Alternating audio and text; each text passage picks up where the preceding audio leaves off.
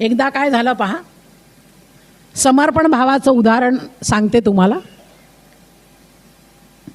एकदा समर्थ रामदास स्वामींची स्वारी असंच देशाटन करत करत फिरत होती आणि फिरता फिरता समर्थांच्या सोबत समर्थांचे 2 शिष्य होते.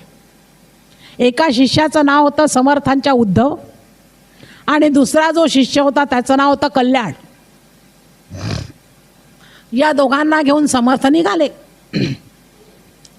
देशाटन करायला निघालेले समर्थ चालले चालले रस्त्यात त्यांना माहूर लागलं. समर्थांनी विचार केला की चला आता माहूरच्या देवीचं दर्शन करू. समर्थांनी देवीचं दर्शन केलं आणि समर्थ म्हणतात की दत्त शिखरावर जाऊ. माहूरला दत्त शिखर आहे. समर्थ उद्धव आणि कल्याणाला घेऊन दत्त शिखरावर आले. त्या दत्त शिखरावर 12 वर्षापासून अनुष्ठान करत असलेले ब्राह्मण तिथे बसलेले होते. 12 वर्षापासून किती वर्ष?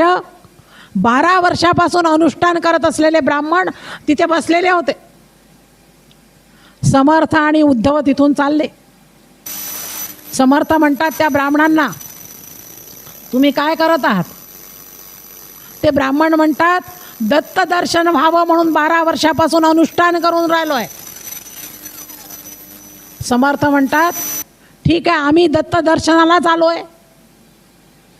सगळे ब्राह्मण हसायला लागले की आम्ही 12 वर्षापासून अनुष्ठान करून राहिलो आणि हा कोण लंगोटी घातलेला आलाय आणि 2 मनुष्य सोबत आणि म्हणतो काय की दत्त दर्शन घेऊनच आम्ही जाऊ. समर्थ आले शिखरावर. शिखरावर समर्थ आले. इतक्यामध्ये एक फकीराचा वेश घेतलेला एक मनुष्य तिथे आला आणि त्याच्यासोबत त्याचा खूप लवाजमा होता. त्याची पत्नी होती, त्याचे 4 मुलं होते, त्याच्याजवळ 6 बकऱ्या होत्या, त्याच्याजवळ 25 कोंबड्या होत्या, त्याच्याजवळ 4 कुत्रे होते.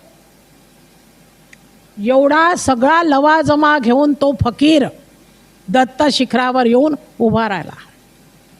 त्या फकीराच्या सोबत त्याची पत्नी होती. तो फकीर काय म्हणतो आपल्या पत्नीला, अभी भूक लगी है,